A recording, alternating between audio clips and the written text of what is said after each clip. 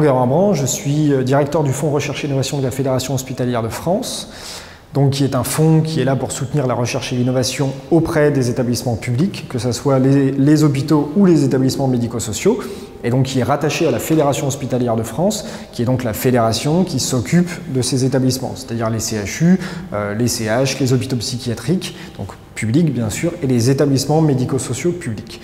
Et donc, en tant que fédération, pour nous, il y avait deux temps qui étaient importants.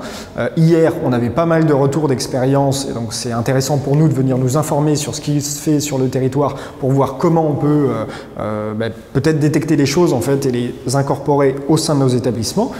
Et puis aujourd'hui, où on était invité à prendre la parole avec les autres fédérations et où on a pu en fait exposer ce qu'on avait fait, ce qu'on fait et ce qu'on va faire, et puis aussi notre regard sur les politiques nationales, gouvernementales qui sont posées. Nous, au niveau du fonds, qu'est-ce qu'on fait aujourd'hui sur la e-santé? On a fait un audit pour voir, parce que ce qu'on a remarqué, c'est qu'entre ce qu'on voit dans la presse, où on nous dit tout le monde veut utiliser la e-santé, et ce qu'on voit sur le terrain, où en fait très peu de gens utilisent la e-santé, on s'est dit pourquoi il y a une telle dichotomie, et donc on a fait un audit. Et la problématique qu'on a vue, c'est la confiance. Et la confiance, en fait, c'est ce qui régit énormément d'interactions dans le domaine de la santé. Et on s'est dit comment on peut travailler sur ce facteur de confiance. Donc déjà, comment on fait? Première chose, l'acculturation aux nouvelles technologies. On a énormément de personnel au sein de nos établissements qui, certes, utilisent un mobile, mais ne savent pas derrière comment ça fonctionne. Le web, les bases de données, qu'est-ce que c'est que le big data, qu'est-ce que c'est que la blockchain, qu'est-ce que c'est que les objets connectés, qu'est-ce que c'est que la télémédecine.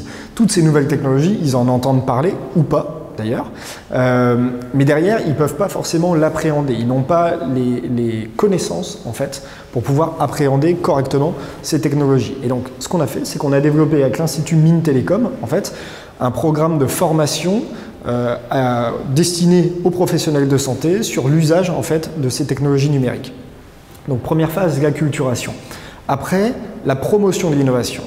On l'a vu notamment hier, il y a tout un tas de choses fantastiques qui existent.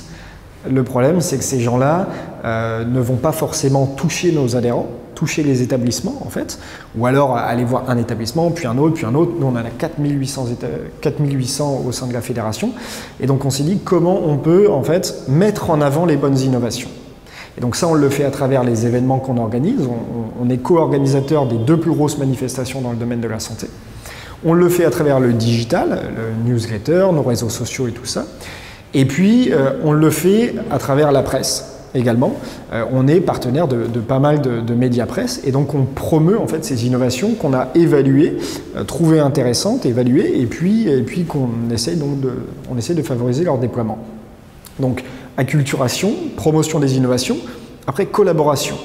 Généralement, dans le domaine de la santé, on parlait de la confiance. La confiance, elle se fait de pair à pair. Et les gens vont utiliser une innovation parce qu'il y a un de leurs pairs qui utilise cette innovation et qui leur a dit que c'était bien. Donc comment on peut favoriser en fait la première utilisation? Comment on peut transformer l'hôpital public en un tremplin pour notre tissu économique en fait? Et donc on a monté un dispositif de collaboration publique-privée où nous on vient se placer en fait en tant qu'animateur de cette collaboration pour gérer les risques, les peurs, les attentes, les objectifs des deux parties. Et puis à partir de là, on a des innovations qui vont venir travailler avec nos établissements. Et donc ils auront cette première utilisation et ils vont pouvoir, à partir de cette première utilisation, valoriser ce qu'ils ont fait au sein des autres établissements qui vont pouvoir aussi se doter plus facilement parce qu'ils auront vu en fait sur le terrain ce que ça donne. Et puis dernier dispositif, qui est un dispositif beaucoup plus gros, qu'on va lancer 2018 ou 2019, parce que c'est vraiment un très gros dispositif, qu'on co-construit avec à peu près une centaine d'acteurs, des pôles de compétitivité, des incubateurs, bien sûr nos établissements, les universités, les SAT, les centres de recherche, enfin voilà, il y a tout un tas d'acteurs, les différentes fédérations, que ce soit le SNITEM ou des choses comme ça, différentes fédérations d'industriels, où là on va essayer en fait tous les ans de sélectionner 50 à 100 innovations qu'on trouve vraiment extrêmement intéressantes. Elles ne seront pas toutes numériques, mais de par le dispositif qu'on crée, on sait que le numérique va être avantagé dans ce dispositif, mais elles peuvent être organisationnelles, sociales, RH, éducationnelles, médicales, technologiques, enfin voilà. Et donc, ces innovations, on va les détecter, on va les évaluer, on va sélectionner les 50 à 100 meilleurs, et ces 50 à 100 meilleurs, on va les déployer massivement dans nos établissements. Financement pour l'acquisition et financement pour l'utilisation.